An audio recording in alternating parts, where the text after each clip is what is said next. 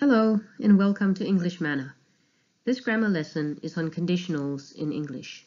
Let's begin. Conditionals are sentences that start with if. It is quite a big grammar topic because there are many kinds of conditionals: zero, first, second, third, and mixed.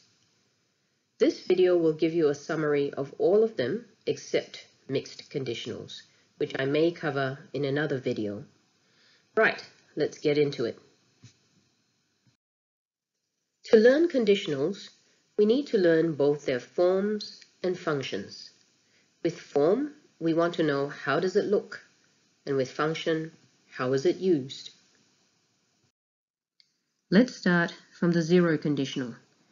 Here are some example sentences using the zero conditional. If you heat ice, it melts. If it rains, the ground gets wet. If the doorbell rings, our dogs bark. If I'm home late, my parents worry. You can see in all these sentences that you have the verbs in the present tense in both parts of the sentence. So the structure for the zero conditional is if and present simple for the condition, and just present simple for the result. That is the form of the zero conditional. Now for the function. Let's look at those four sentences again. What do they tell us? The first two sentences give us facts about the world. The second two sentences tell us things that are always true. Not usually, not often, but always. Next, we look at the first conditional, probably the most commonly used conditional. Here are some example sentences. If we help him, he will finish the job earlier. If she works harder, she will get better results. If you add some salt, it will taste better. If he gets up late, he will miss the train. Take note of the verbs in the two parts of these sentences. Can you see the structure of the first conditional? You've probably worked out that the structure for the first conditional is if and present simple for the condition, and will with the base verb for the result. As for the function, you can see that all the four sentences are talking about situations that are real and likely to happen. Likely to happen means that there is a high chance that it will happen. If we help him means we are probably really going to help him, and he will finish the job earlier is a true result, not just a dream or imagination. Right, now moving on to the second conditional. As before, let's look at example sentences. If I were a bird, I would fly above the clouds. If I were you, I wouldn't buy that car. If he won the lottery, he would travel the world. If she had more time, she would visit us again. Now what's the structure here? Again, let's take a look at the verbs.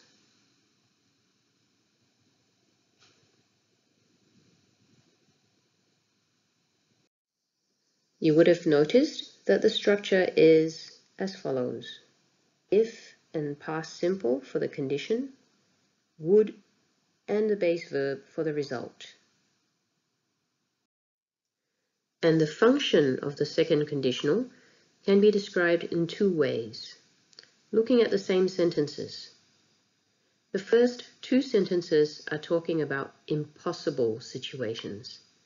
It is impossible for me to be a bird, and it is impossible for me to be you. The second two sentences are not impossible, but are situations that are unlikely to happen. The chance that they will happen is very low. How often do people win the lottery? How can a busy person have more time? These are unlikely situations.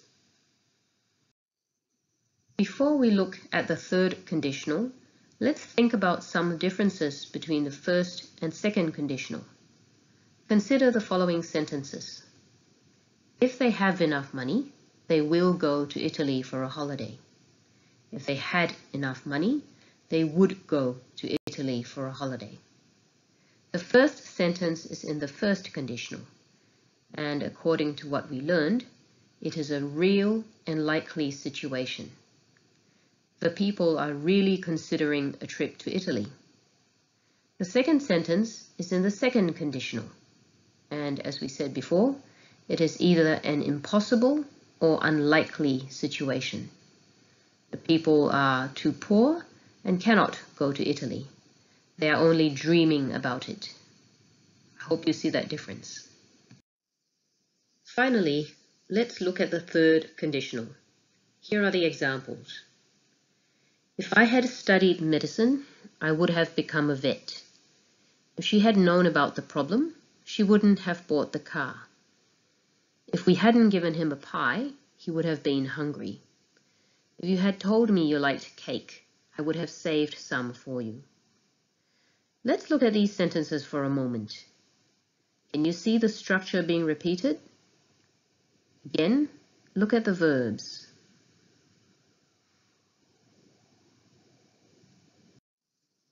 The grammar structure for the third conditional is like this. If and past perfect for the condition, then would and perfect infinitive for the result. Perfect infinitive would be something like have done. Now for the function. The first point to note is that the third conditional is used to talk about the past. None of the other conditionals that we looked at is about the past. But it is not about the real past. It is about imaginary past. It is the past that didn't happen. Let's look at the sentences again. If I had studied medicine means I didn't study medicine. I would have become a vet means I didn't become a vet. Both the condition and the result were imaginary and did not happen. Because the third conditional is about things that didn't happen, it is often used to express regret, with the word only for emphasis. The phrases, if I'd only known, and if only I hadn't, are very common. For example, if I'd only known how dangerous it was, I wouldn't have done it. If only I hadn't eaten the whole cake, I wouldn't have felt so sick. These are sentences expressing regret. And that was our lesson on 0, first, second, and third conditionals. If you found this video useful, please give it a like and subscribe to my channel if you haven't already. Until next time.